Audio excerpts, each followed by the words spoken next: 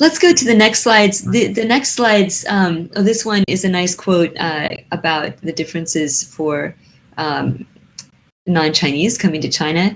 One of the people in our audience mentioned that you need to be open-minded and multicultural. Definitely correct.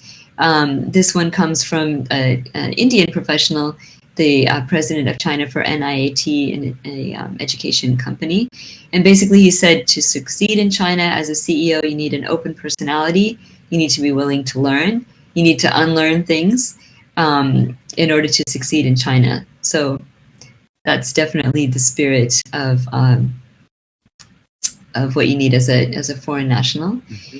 And then these, I'll just jump into them. But if we do have anyone on the call who's interested in knowing what are the qualities that a Chinese CEO needs to rise to the top position of a multinational company, this was a new group of people who I didn't address in the first book because we didn't have Chinese nationals in the CEO role, but we do now.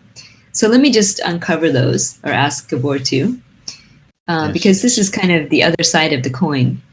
One by one, or shall we go all the way? Let's do them all. Yeah, so close communication and strong relationship with the top executives of headquarters. That's not too surprising, but easier said than done. So this is, again, a group of people who are very talented, but maybe have spent their whole career so far in China.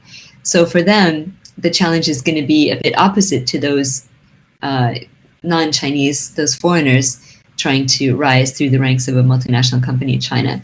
So the Chinese folks need to try to make very close connections and strong relationships with at least one or two mentors in the headquarters.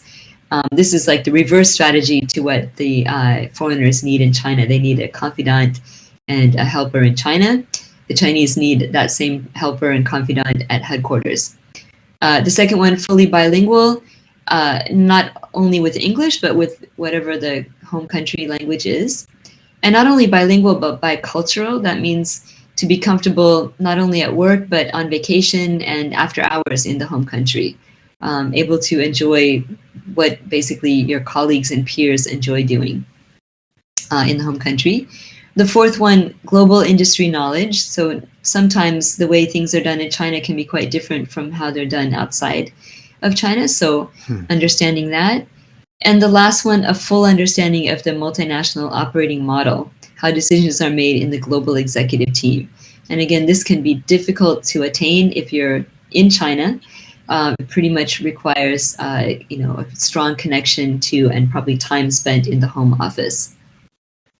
So let's go to the next slide. I have a nice quote from the China CEO of Philips, who is a great example of the Chinese nationals I interviewed more for the second book.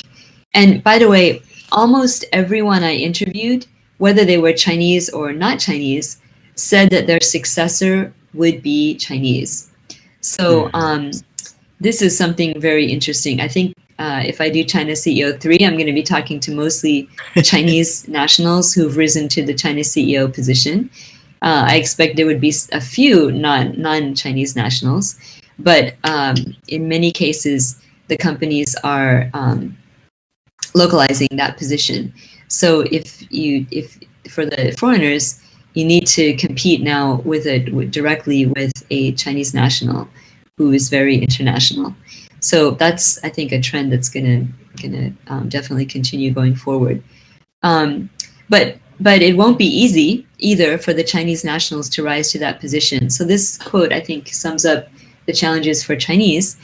The head of Philips said, "My successor will have to be able to get into two dimensions. Of course, understanding the management system and operating model in China, but also that of the multinational company. So learning how to leverage global resources as well as providing value to the China market. And really understanding what the MNC operating model is." So yeah, like I said, in a way, it's the flip side of the same coin. But I think that this is going to be a larger group of people going forward, and we can also talk about that in the Q&A time.